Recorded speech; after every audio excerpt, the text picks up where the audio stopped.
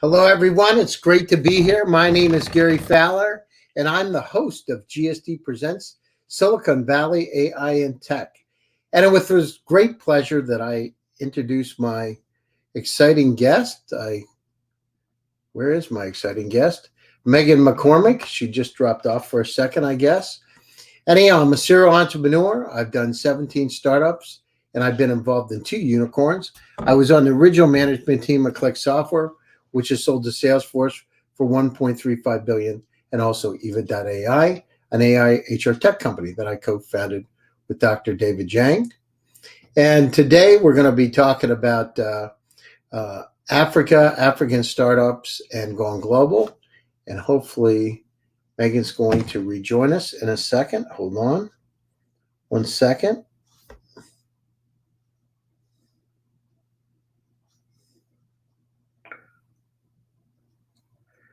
Okay. Okay, well, let's keep going forward till we get Megan on board. Let's talk a little bit about some of the things that are happening with Africa, some of the challenges, how we can really make that dent in the universe. Um, Hold on.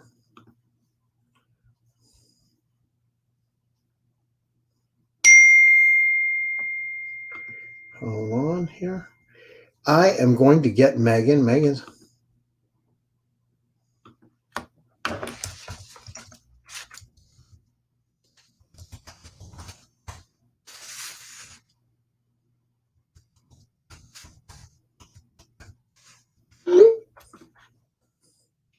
Okay, so now we're going to try the wonders of technology. We are going to figure out how we can bring Megan back. Where is she?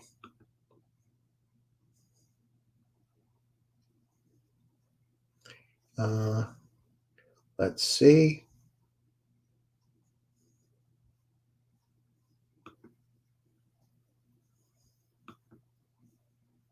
Let us see if we can get Megan back.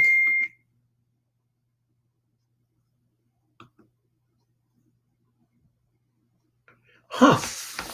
Well, I am going to jump off for a second and I'm going to jump back on. Let me see if we can find Megan. So just hold on, everybody.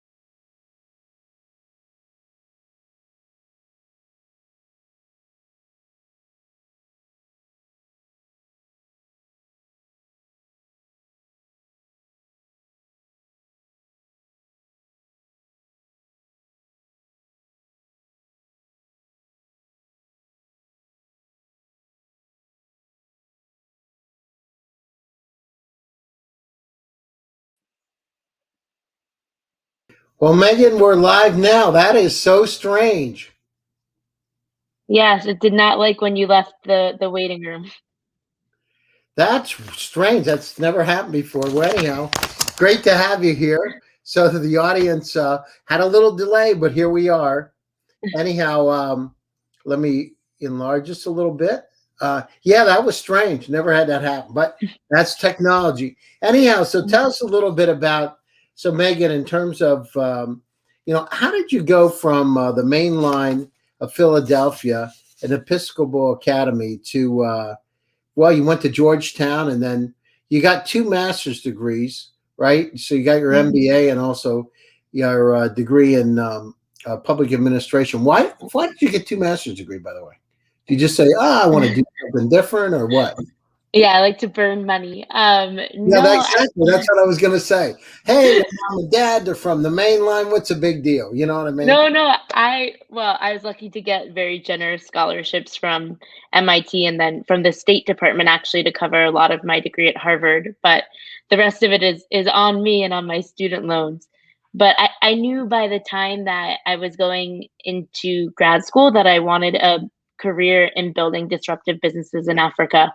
And when you're working in markets where you're out ahead of the regulators, where there's so much to be done in the government, and when the government is really one of the major economic factors, a huge employer, you need to be able to speak both the language of business and the language of policy to be able to succeed. So that was the drive between getting both, and it's a really interesting concurrent program. So you'll go from a business school class over to a public policy class and be able to bring the lens of each into the other. So I think it's one of those situations where one plus one equals more than two, and then you're in a cohort of very like-minded individuals. So I would recommend it for anyone who's No, that's. I mean, it's interesting. Now, did you do them concurrently at the same time? yeah, it was wild. So I was at MIT and Harvard. They're a bike ride away from each other. So I was constantly going back and forth between the two. Um, and in my third year, Jose was live in Ghana. So I was doing two masters and flying to Ghana once a month. It was a crazy time in my life that Two I wouldn't masters trade in for one anything. Ghana. You were doing it at the same time. Now, Yeah, yeah. did you have to do two master's theses on from both schools or just one? No, I actually had to do 0, which was pretty fantastic. Neither program required that you do a thesis.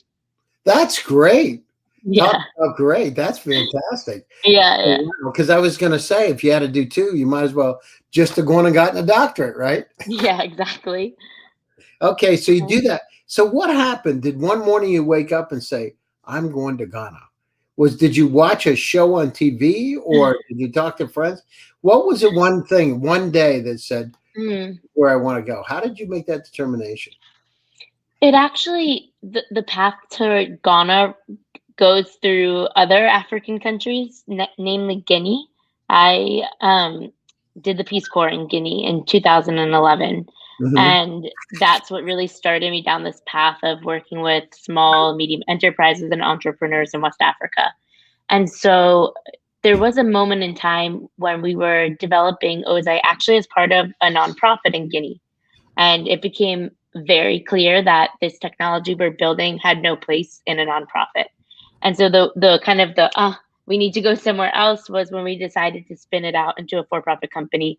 And I wish there was some cool story about why Ghana. It's like the most MBA thing I've ever done. We had like a matrix listing all the countries down one side and parameters across the top, and Ghana won out. Really? So Yeah. that's how you made the decision. Now, what is life like, Megan? How different is life there? Right now, you're in the main line. So, what's your life like in Ghana? How does it different? So I think there's incredible diversity of lifestyles across Africa and then within African countries, right? Being in Accra, the capital, it's fairly cosmopolitan. Being in a rural area, you could be living, in what people probably picture when they think about living in Ghana. When I am living in What do Accra, they picture, Megan? What do they picture? They probably picture a lot closer to what my living situation was in Guinea, but you know, the mud hut with the thatch roof and going to the well and Did cooking you do, outside over a now you, campfire. you lived in Guinea, right? Hmm. Did you do that? I lived in une casa améliorée, which means like a slightly improved hut. So I had a tin roof, living large, but I lived in like a hut, like one room. You walk in the door, everything is there. I cooked over charcoal. I did laundry by pulling water from the well and like using one of those like old timey boards. Really? Um, Oh, yeah, for 2 years. now was the water clean? Was it safe to drink? So you wouldn't drink well water, you would drink pump water. So then like maybe a kilometer away, there was a pump and you would go with jerry cans and wait in line for hours and fill your pump water and like carry it back on your head. And Did you about carry on your head? I did. I've never been stronger than when I lived in Guinea. I don't think I could do it now. Um, but somebody stole our pump 1 year into my time living there. Like they in a rain store attached a chain to a motorcycle and pulled it out of the ground, and I guess sold it for parts. So then I captured and filtered rainwater and basically drank that for a year. Are you serious? Yeah. Oh my gosh. And did you send these pictures back to your mom and dad and say, listen, oh, let me show you. Hey, listen, here's my tin can on my head. You know, in the beginning, yes, like I had a blog, and as it goes from being like a new experience to just life, like you stop thinking, like you stop being on the outside of it looking in, and you just start like living it, right? You're humans are incredibly adaptable, and the kind of rugged living conditions were fairly easy to get used to. It was, you know, much harder to as a Peace Corps volunteer in a small town in Guinea. I was very visible. Everybody knew who I was, what I was doing, where I was, like at any given moment of the day. And so being on and working basically every time I stepped out of my hut, that was so much harder than having to pump water and carry it on my head. Really? Now, I got a question. How in the world do people balance on their head? What happens? Because I mean, it's unbelievable. I've seen like So, big yeah. pots and stuff. How Oh, did, yeah. and did you do that? So I kept one hand up. I was not I needed an extra balance support. But I mean you go to the pump, right? It's women and then children of both genders. And from basically the time the child can walk, they're practicing. So where I would have like the big jerry can, like my younger host sister would have a smaller jerry can, and like the smallest child would have like a tomato paste can. And so from the age you're walking, you're balancing things on your head so that by the time you're an adult, it is like absolutely remarkable because a jerry can, like it's pretty balanced, but you could have like you see women carrying like stacks of things where like the center of gravity is not in the center of the object. And you're just like they duck under trees, they pick up kids. I'm like, and nothing falls. Like in my almost Really? 10 years of living on and off in West Africa, I've never seen anything fall off someone's head.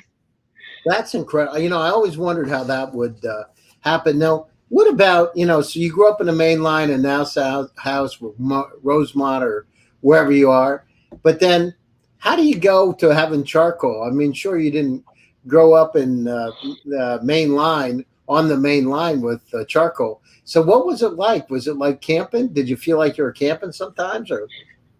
Yeah, I'm also not a camper. Like I was not an outdoorsy person growing up either.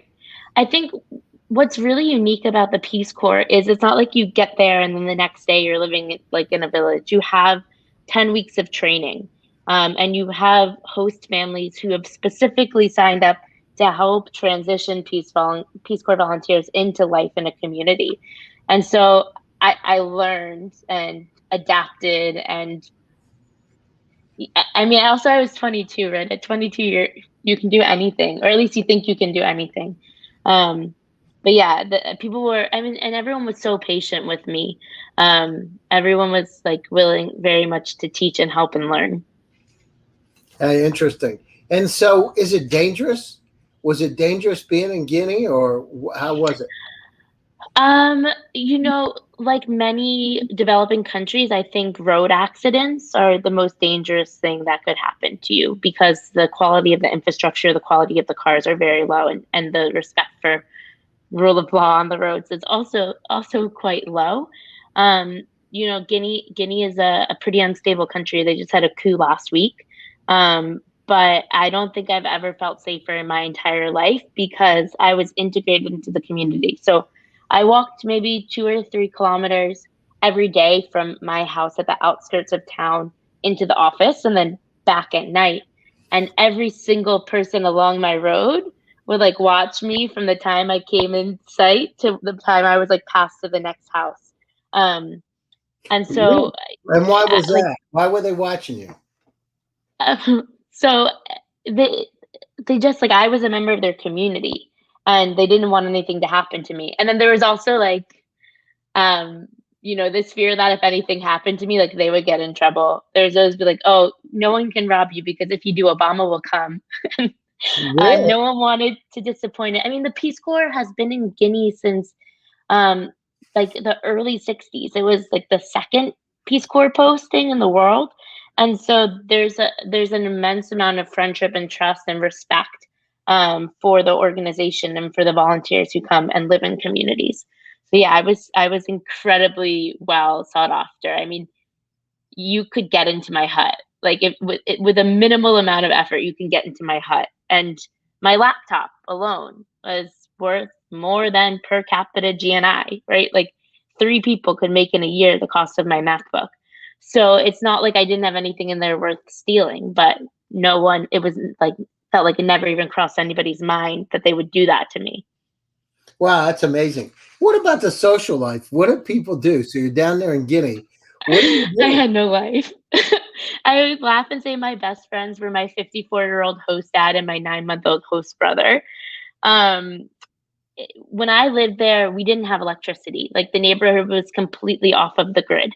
So every night you sat on the front porch. We would like pull out plastic chairs, sit on the front porch, eat dinner, listen to the radio, chat, say hi to neighbors.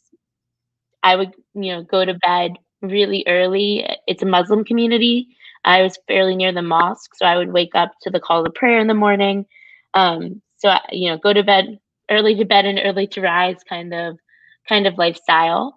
Of course, like young people are young people in any country, so there's nightclubs and bars and hanging out and mischief and like all of that good stuff. But Could you go to those places? Megan, was it safe to go there? yeah, I mean, I rarely did it because I wanted to protect my reputation. Like, as I said, I was super visible. Um, so occasionally I would go out with friends. But mostly I hung out with old people and children and listened to the radio. Seriously. Yeah, yeah. The first time when I came back to the US and went out in New York City, let's just say it wasn't pretty because I was so not used to any of it. Wow, that's amazing. Okay, so you're in Guinea and then in the Peace Corps. So do they pay you to do that or is it free or what happens? Are they You get paid like a poverty wage. So like your housing is taken care of, your healthcare is taken care of. You get stipends for this and that and the other thing. I think I probably made like $1,000 a year a from Peace year? Corps. Yeah, from Peace Corps service. And then the more time you're in, you're accruing what they call a readjustment allowance. So they don't want you to come in and be living like so far above the community, right? If I was making even US minimum wage, I would have been the richest person in my community. Um, and so that you're accruing it and you get access to it when you finish your service, and that's like $3,500 a year. It's one of the most You really underutilized were tools really of the making US good money. government. Was it Oh worth yeah. it in terms of the experience? Would you do it again? Uh, yeah, I mean, I'm glad I did it when I was young, but I would do it again in a heartbeat because I think that it's allowed me to like context switch very well, right? So I can go into the market where I would buy my daily groceries, sit down, chat with the women in Susu, their local language, and then like, go Wait a to an minute. You internet speak African languages too? a little bit, yeah. Um, and then get on a Zoom and do like a presentation to executives at a technology company, right? These are the Peace Corps put that experience into me at a young age, and I think, sometimes people will say, like, kind of, you clearly, American white girl, no ties to Africa, like, how do you think you know how to build technology for our citizens, for our people? And it takes very short into the conversation for the person who I'm talking with to realize that the investor class, the tech class, the elite class in these African cities have had less experience kind of living at the level of the typical citizen of their country than I've had. So of course you're always going to be an outsider. Like, of course you don't know what it's like. Like, I don't know what it's like to be Ghanaian. I miss cultural clues. But as long as you know that and you create systems in your company to kind of overcome that shortcoming, Peace Corps put me so exposed at a community level that, like, I'm not like a person imagining what tech could do or how tech could work or how I need to adapt it. But like, I know because I mean, for 2 years, I only shopped for micro enterprises. All of my friends were entrepreneurs, farmers, small shopkeepers. Like, that was my life. And so Now, how do I you think, buy yeah. stuff, Megan? Do they have like malls there? Do you go down to the Guinea Mall and hang out? Was there like, Uh, do you so get is there air conditioning like Valley Forge? So Guinea and Ghana are very different places, right? Like, Ghana is closer to the US, I would say, than Guinea is to Ghana, especially if we talk about like the urban centers. When Yeah. I lived in Guinea, there were no shopping malls in the whole country. So Where did you I buy didn't your live, toothpaste? Where did you get your toothpaste and soap and yeah, like an open air market. So I had no, right, I said I had no electricity, so I had no refrigerator. So I went to the market every day and bought what I needed basically for the next 24 to 36 hours. Guinea now has a mall. In my town, the gas station was where you could get air conditioning. So on like a really hot day, I would go down to the gas station and like buy a Coca-Cola and like linger while I drank it if I like needed air conditioning. seriously? Yeah, but Ghana's got plenty of malls. Like, Ghana, I mean, Ghana loves malls. South Africa loves malls. Kenya loves malls. I mean, this e-commerce is not so widely practiced yet or adopted in sub-Saharan Africa. So it's still, if you think back to like the early thousands or the late 90s, where like you would go to the mall and buy like the 10 different things from 5 different shops that you needed, like Right. that's still kind of how we shop in Ghana. And then what about like fun in Ghana? What do you do for fun? So Ghana is really, really fun. I recommend it for anyone to come for vacation. Um, it's on the beach. There are plenty of beaches where you can swim, hang out. It has like a very lively restaurant scene, like cool bars, like cultural activities. So there's no shortage of things to do in Ghana. And so, like going if you go out on a date in Ghana, is it just not like going to the gas station and hanging out for the air? No, Okay. no. Um, no, in Ghana, I mean, you can go to a rooftop restaurant and eat sushi and buy like a multi-$100 bottle of wine, if you are so inclined. Um, so all kind of all levels of spending and luxury exist in Ghana. So what about are dinners expensive there? Is it expensive compared to the States? So there's, I mean, there's an emerging middle class, but in most of these markets, there's not really a middle class. So there's food that caters to the lower class, and then there's food that caters to the very rich. So I can eat lunch for 50 cents, um, and I can eat lunch for $20, right? And there's like not that Still not much in bad. between. Yeah, that's not bad. So, okay, so let's talk about some of the things you're working on today. Uh, OZ and Dare to Innovate. So let's talk. What's OZ doing? So, Oze is creating software to help small business owners be better businesses and better borrowers. Hmm. So, we look at record keeping or accounting as behavior change, right? If you're keeping records in a notebook or you're not keeping them at all, you're not using data to make decisions, even the existence of a new record keeping tool isn't going to get you there. So, we really focus on the incentive structures, the nudges, the gamification, the behavior science around how we help business owners get that data and use it to make good business decisions. On the flip side of that, we are seeing the intimate details of their business performance to a level where nobody else can be able to see them. And so when you think about that, like we hear about digital payments, we hear about mobile money.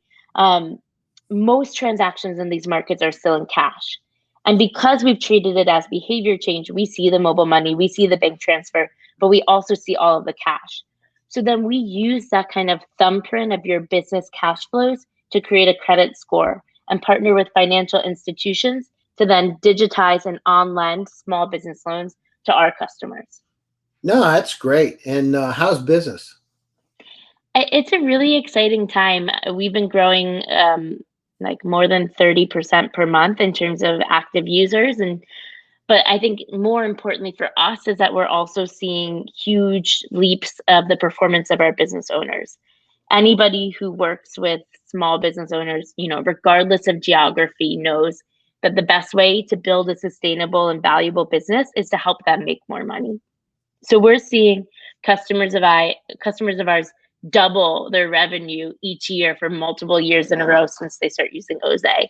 We're seeing them get access to their first loan, paying it back on time, getting their second and third loan, and going from just trading over WhatsApp to being stocked in major grocery stores. And these kinds of leaps and bounds we're seeing for our user base is really the growth that we want to be focused on. Oh, that's super. What about Dare to Innovate? What are you doing with that group today? So Dare to Innovate is definitely the largest and oldest business accelerator in Guinea. We think it might be the largest or most active in French-speaking Africa. It focuses on a different segment of the entrepreneurship population in that it's designed to take unemployed young people from being unemployed to creating work for themselves and for others. Half of the portfolio in Dare to Innovate is agriculture. And then most of it is social enterprise in that it's private sector stepping in to fill market failures. So like where we've seen the most success in our portfolio companies are on low cost private education in villages up country where the teachers don't show up at the public school, that kind of thing. I'm really excited because before the end of this year, Dare to Innovate and Oze will actually be working together. Dare to Innovate doing the training on entrepreneurship. And then CEO of both companies, right? So by next month, we'll be transitioning the leadership and management of Dare to Innovate completely to local ownership. That has always been the goal from day one. And as Oze scales, it's hard for me to be managing both organizations. But we share DNA, and Dare to Innovate is a shareholder in Oze. So there is even kind of structural interweaving. But we are going to be doing projects completely together where they're doing the training and we're providing the technology and access to credit through financial institutions that Oze is partnered with across multiple African countries. That's great. So, we're coming up to the top of the hour. What advice do you have, and what are 3 differences that you see and ways that we can make a dent in the universe? So one is, how different is it, and how do people get involved? They want to help, and they want to, because, we're working in Africa too, and I think Ghana and Kenya especially, but there's a lot of differences, right? I mean, each country has their own language. I mean, it could be French, could be one of the old colonies, or English, or whatever. So what do you think? In summary, what do you think in terms of the environment there? What are 3 things that the audience needs to know about working in Africa, and what opportunities are out there for them? Sure. And it's not just the old colonial language like the French, English, Portuguese. I think Nigeria has hundreds of languages that are spoken.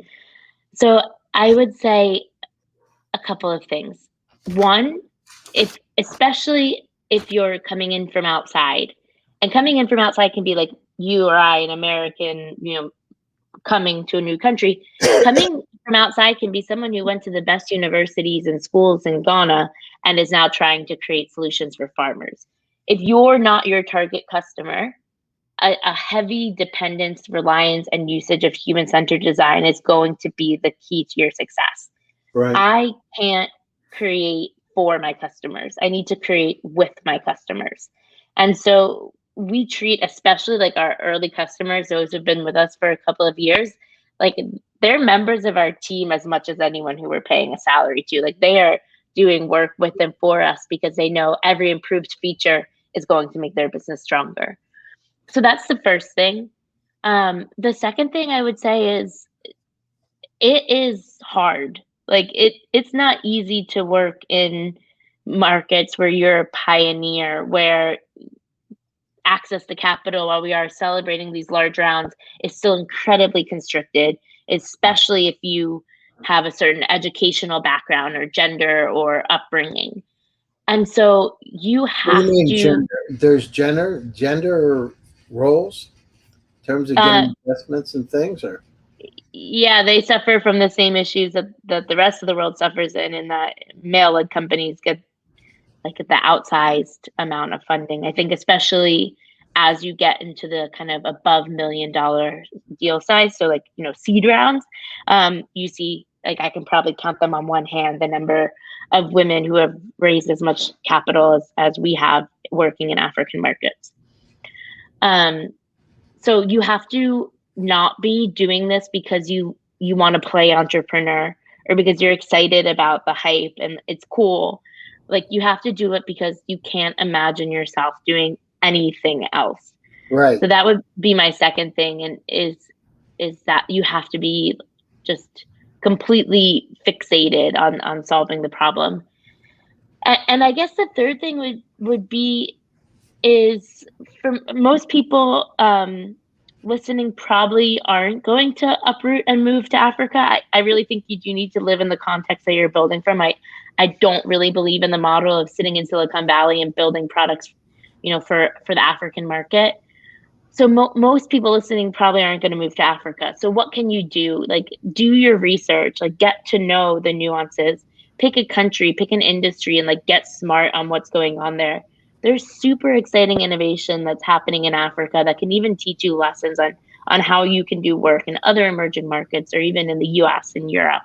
And then deploy dollars. Like the best way to learn what's going on in a new market and is to get skin in the game. So go for it. Like do your research and then pick a couple of companies and put some money into them. I think our earliest investors who committed to Oze before we had a product, part of it was we missed China and we're not going to miss Africa. And the boat's moving. So right now there's like a ton of arbitrage. You can get like insanely low valuations for the promise of what these companies are going to build. But we everybody on the continent needs more capital than we have access to in order to fulfill those promises. No, I understand that. I mean, that's one of the reasons we created GSD Venture Studios because we believe intellectual capacity is evenly spread, but opportunities aren't. So that's great. And how does it look? Is it? Are you coming out of the summer and going into winter, or what time of the year is it there? Ghana is pretty close to the equator, so it's pretty much the same thing all year round, except rainy season and dry season, and we're in rainy season right now. Can you ride your bikes around Ghana? Are there places to ride bikes and all that? Do people do that? People do. I don't. So I went from using my bike as my primary means of transportation in Cambridge. Hey, why wouldn't you use your bike again?